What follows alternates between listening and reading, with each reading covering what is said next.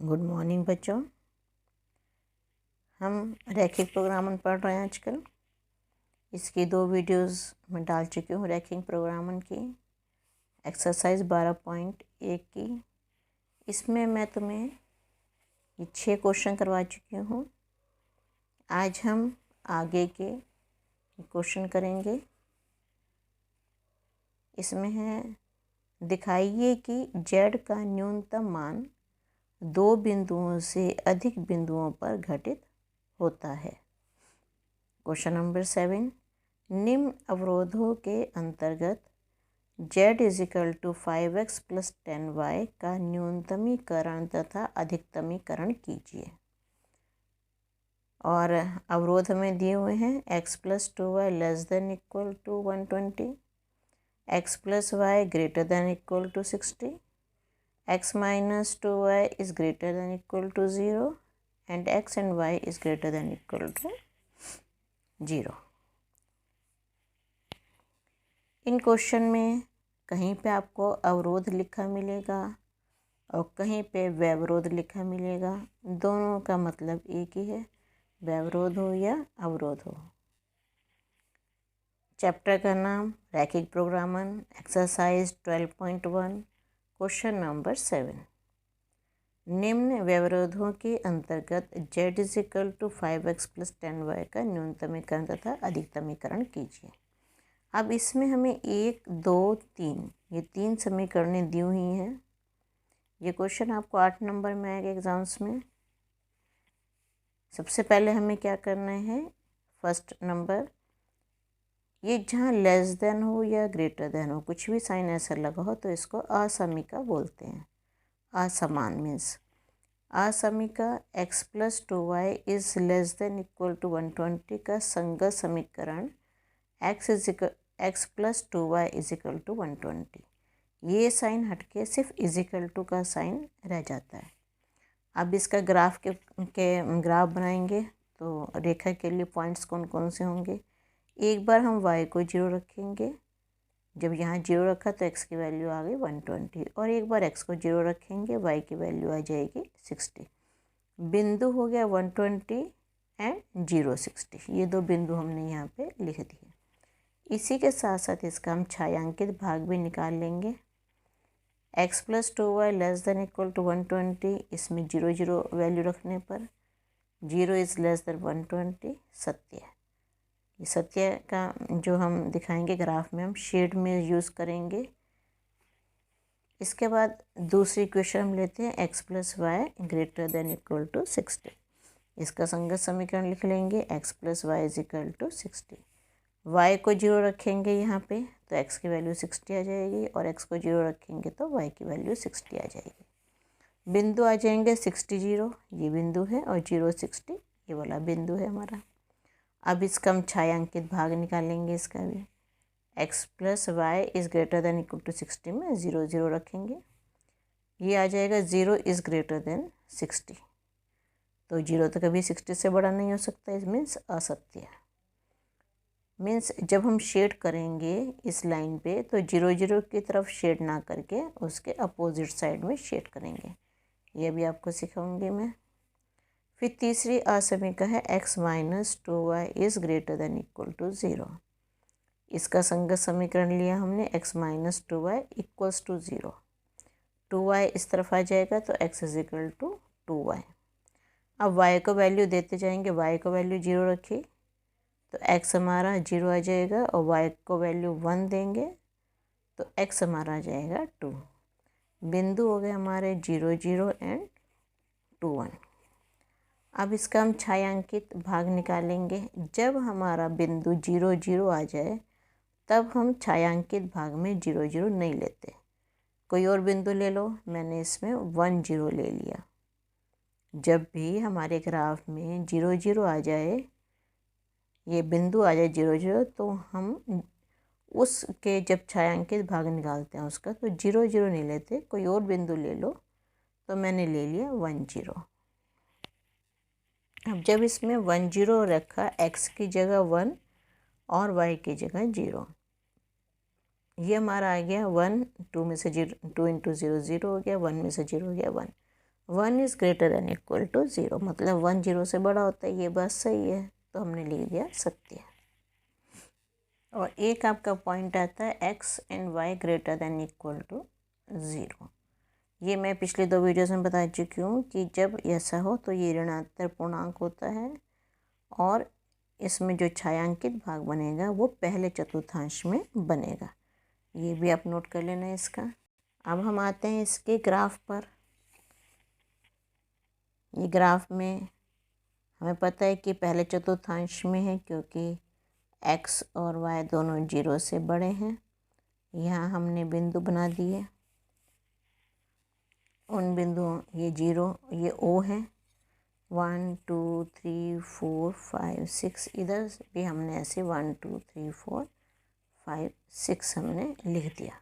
देखो इसमें आप जरा थोड़ी सी करेक्शन कर लो, क्योंकि आपके बाकी बिंदु 120 60 60 0 एंड 0 60 हैं, तो आप इसमें 1 0 मत रखो, यहाँ पे 10 कर दो।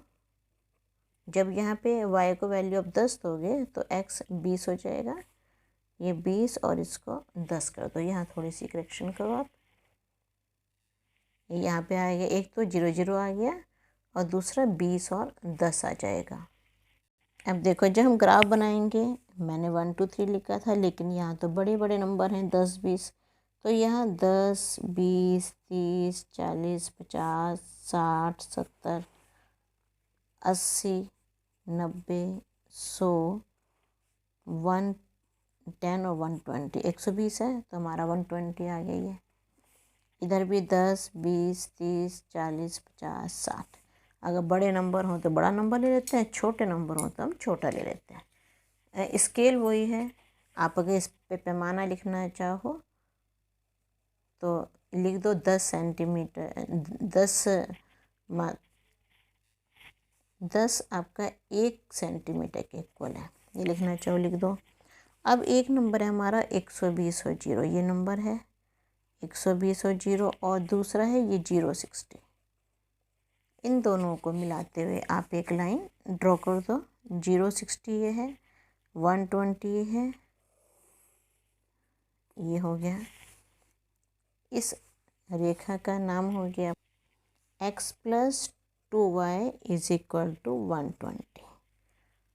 अब दूसरा नंबर हमें दे रखा है 60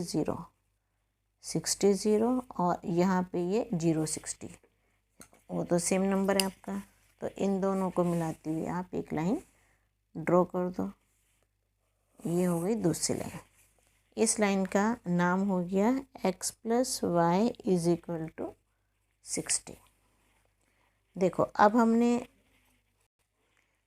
जब हमने 120 और 0, ये लाइन थी हमारी x plus 2y is equal to 120, इसके 2 बिंदु आए थे, और यहाँ पे जब 0 0 मान रखा था तो सत्य आ गया था हमारा। सत्य का मतलब जिस तरफ 0 0 उस तरफ शेड होएगी। अब हमारा ये लाइन है x plus 2y is equal to 120, ये लाइन है हमारी, तो इसके इस तरफ शेड हो जाएगी, जिस तरफ 0 0 आ रहा है शेड उस तरफ होएगी। दूसरी लाइन थी हमारी x plus y greater than equal to 60, बिंदु ये 2 आए थे इसमें जब हम 0 0 रखेंगे तो असत्य आया था। असत्य का मीन्स क्या हुआ कि ये जो लाइन है x plus y is equal to 60, इसके ऊपर की तरफ शेड होगी, इसके ऊपर की तरफ शेड होगी, मतलब जो शेडेड एरिया आ रहा है वो ये वाला आ रहा है। अभी एक लाइन और बची है हमारी। जब हमने यहाँ पर करेक्शन करी है 10 और 20 के, हम यहाँ भी 10 कर देते हैं और इससे यहाँ भी 10 आ जाएगा हमारा, ये 10 आ गया 10, तो 10 0 से बड़ा है, सत्य आ गया था इसमें, मीन्स जिस तरफ 0 0 है शेड उस तरफ होगी। तो हम पहले लाइन ड्रॉ करते हैं। एक 0 0 बिंदु था, दूसरा 20 और 10 है। अब इन दोनों को मिलाते हुए एक लाइन हम ड्रॉ कर देंगे। ये लाइन हमारी ड्रॉ हो गई। इस लाइन का नाम है x minus 2y is equal to 0। अब इसमें हमारा 10 0 से बड़ा है सत्य है, मतलब जिस तरफ 10 और 0 बिंदु है शेड उस तरफ को होएगी। अब ये लाइन है 10 0 बिंदु कौन सा है, ये वाला है। ये जो बिंदु है ये है 10 0, शेड मीन्स इस तरफ होएगी, ये इधर की तरफ हम शेड कर देंगे। और क्योंकि x और y है तो प्रथम चतुर्थांश में शेड रहेगी। इसका मीन्स क्या है, शेडेड एरिया आपका ये वाला आ गया। जो भी आपका शेडेड रीजन है उसको पूरा शो करोगे आप, अंदर पूरी शेड कर देना उसमें, ये शेड हो गई इसमें। अब इसमें 1 2 3 4 4 कोने हैं इसमें। एक कोना तो हमें पता है 120 और 0, दूसरा ये पता है 60 0। ये 2 कोने हमें लेने हैं अभी। इन 2 कोनों के लिए हम ये लाइन जो x + y = 60 है और ये लाइन x - y = 0, इन 2 लाइनों का प्रतिच्छेद बिंदु निकालेंगे। और दूसरे में इस लाइन का x प्लस, ये लाइन का नाम है x + 2y = 120, और इसका x - 2y के साथ प्रतिच्छेद बिंदु निकालेंगे। अब पहले हम x + y = 60 और x = 2y, इन 2 का प्रतिच्छेद बिंदु निकालेंगे। x की जगह हम 2y रख देंगे, 2y + y = 60, 3y = 60, y की वैल्यू आ गई 20। y की वैल्यू हम इसमें रख देंगे तो 20 to the 40, x की वैल्यू आ जाएगी 40, बिंदु आ जाएगा 40 20। नेक्स्ट हम x + 2y = 120 तथा x = 2y का प्रतिच्छेद बिंदु निकालेंगे। x की जगह 2y रख देंगे, 2y 4y हो गया, 4y 120, यहाँ पे सॉल्व कर दिए इसको, और ये y की वैल्यू आ जाएगी 30 वैल्यू y की इसमें रख देंगे तो x की वैल्यू आ जाएगी 60। हम सॉल्व करेंगे जब इसको तो 60 30 आ गया हमारा। सुसंगत क्षेत्र A B C D, A के निर्देशांक 60 0, B के 120 0, C के 60 30 एंड D 40 20। ये 4 हमें कोणीय बिंदु मिल गए। अब इन चारों कोणीय बिंदु पे हम z का मान निकालेंगे। अब यह हमने लिख दिया सुसंगत क्षेत्र ABCDA परिबद्ध है, मीन्स चारों साइडों से बंद है। अब कोणीय बिंदु हमारे हो गए A 60 0, B 120 0, C 60 30 and D 40 20। z की वैल्यू 5x + 10y है, इसमें x की वैल्यू रख देंगे 60 और y की वैल्यू रख देंगे 0। सॉल्व करके आ जाएगा 300। फिर नेक्स्ट में x की वैल्यू 120 रखेंगे, y की वैल्यू 0 रख देंगे, सॉल्व करेंगे 600 आ जाएगा। इससे अगले में x की वैल्यू 60, यहाँ से 60 आ गई, और y की वैल्यू 30 रख दी, ये भी 600 आ गया। फिर x की वैल्यू 40 और y की वैल्यू 20, ये 400 आ गया। अब इन चारों में निम्नतम 300 है और अधिकतम 2 बिंदुओं पर आ गया अधिकतम 600।